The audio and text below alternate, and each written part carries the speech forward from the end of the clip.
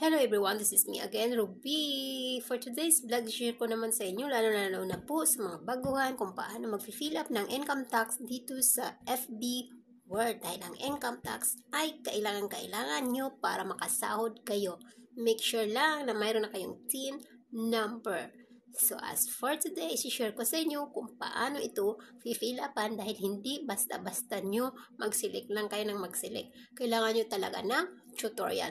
Manood muna kayo bago nyo pasukin ang mag-fill up para hindi na kayo balik ng balik.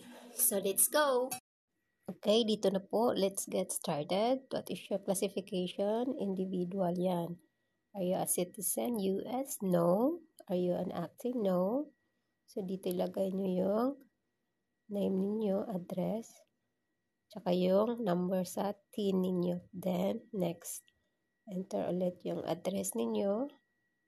Then, next. Ayan na po yung mailing address nyo. And next nyo lang din po.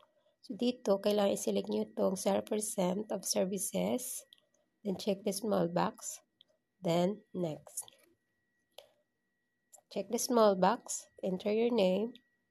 Then, next. Ito na po yung lalabas. I-review nyo dyan. Baka may mali.